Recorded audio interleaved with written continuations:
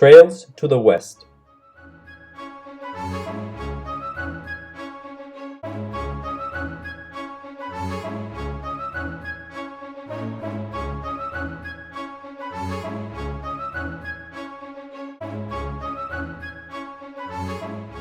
Traders led the way.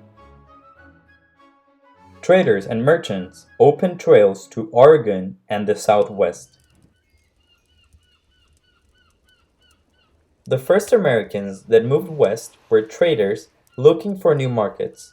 This opened routes for settlers. In order to trade with Mexico, William Becknell led a wagon train from Missouri to Santa Fe, New Mexico. This route became known as the Santa Fe Trail. The lucrative fur trade is spurred a trail to Oregon.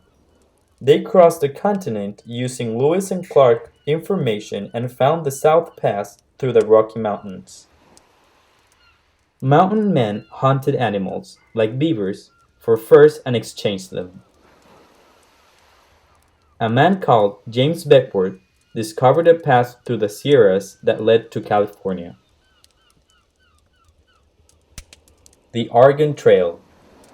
Missionaries opened the Oregon Trail to convert Indians. Many settlers followed them to colonize the lands. Marcus and Narcissa Whitman were the first to establish a mission to serve the Cayuse Indians. Many settlers arrived later and took over the Cayuse lands. Due to missionaries like the Whitmans, many new settlers arrived to settle the West. Most settlers followed the Oregon Trail, a route that stretched 2,000 miles from Missouri to Oregon. It took about 5 months to travel this route.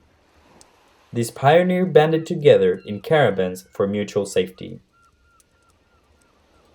Traveling was difficult and dangerous. Many had to abandon all belongings due to heavy weight and tired animals.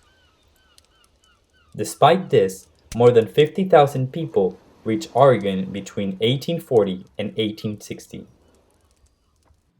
Life in the West. Life in the West was difficult and full of hardships. Some returned, but the ones that remained enjoyed a brand new life. Life in the West was difficult and with plenty of hardships. They used manual tools to work the land. Diseases, accidents, and natural disasters made things even worse. Women in the West worked along men to keep farms.